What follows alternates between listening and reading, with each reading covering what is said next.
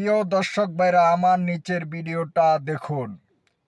এই ভদ্রলোক কিভাবে রাস্তা পার হইতাছে। উনি যেভাবে দৌড় দিছে, ওনার ফড়ার কাপড়ও খুলে গেছে।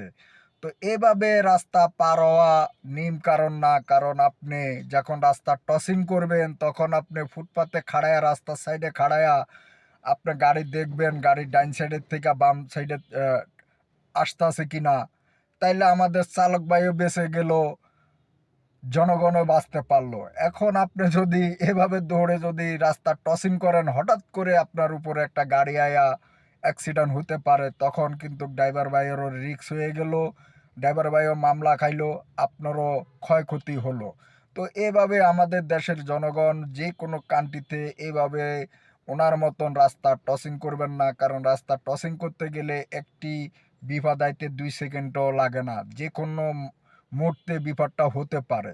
তো এই ভদ্রলোকের মতন আপনারা রাস্তাটা ক্রসিং করবেন না, দয়া করে। আপনাদেরা রাস্তার সাইডে খাড়ায়া ডাইন সাইডে বাম সাইডে থেকে গাড়ি আসতেছে কিনা গাড়িকে সিগন্যাল দিয়ে তারপরে আপনারা শান্তি মতে রাস্তা ক্রসিং করেন।